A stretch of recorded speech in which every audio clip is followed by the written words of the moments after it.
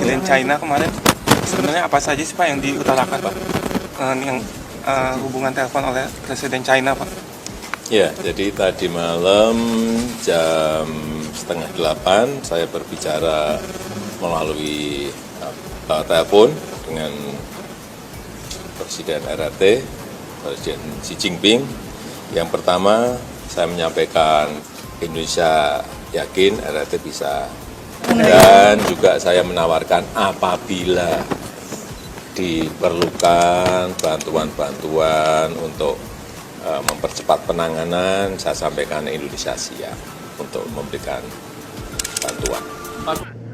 Chinese Navy, we are a civilian single-engine aircraft carrying passengers.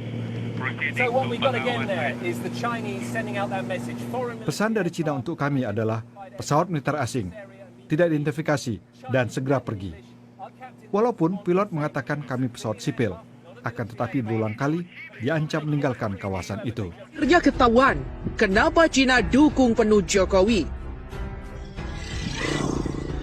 Google Earth rilis gambar proyek pembangunan pangkalan militer Cina di Laut Natuna, tidak jauh dari Pulau Batam Riau dan tidak jauh dari Pontianak.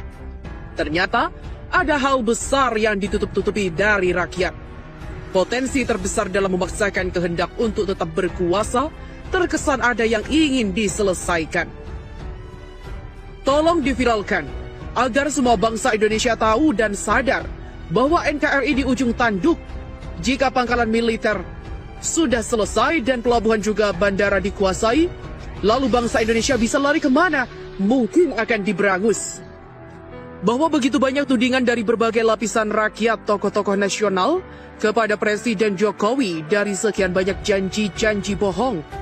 Dari buat aturan-aturan yang menguntungkan asing atau Cina Tiongkok, dari ekonomi Indonesia yang salah kelola atau sengaja dibangkrutkan, sehingga Indonesia menuju kebangkrutan ekonomi, sampai RUU HIP yang dianggap melanggar pasal 2. Pidana karena usaha merubah Pancasila yang kemudian banyak tokoh-tokoh masyarakat dan rakyat yang dengan keras meminta Jokowi mundur. Semua itu sepertinya Presiden Jokowi dengan santai tidak menanggapi, bahkan kelihatan seperti tidak peduli kondisi ekonomi di Indonesia yang benar-benar menuju kehancuran. Jokowi berkesan diam tetapi kelihatan yakin tidak bisa jatuh. Pengamat internasional mengatakan bahwa Jokowi bertahan dengan berbagai cara karena proyek strategis Cina untuk pangkalan militer besar di dekat Natuna. Proyek strategis Cina Tiongkok untuk menguasai Asia pun belum selesai. Di samping pengiriman tentara dari Cina dalam jumlah besar yang belum tuntas. Jokowi akan tetap dipertahankan dan disupport, dibiayai Cina Komunis Tiongkok sampai Indonesia jatuh menjadi jajahan Cina seperti negara-negara jajahan Cina yang lain.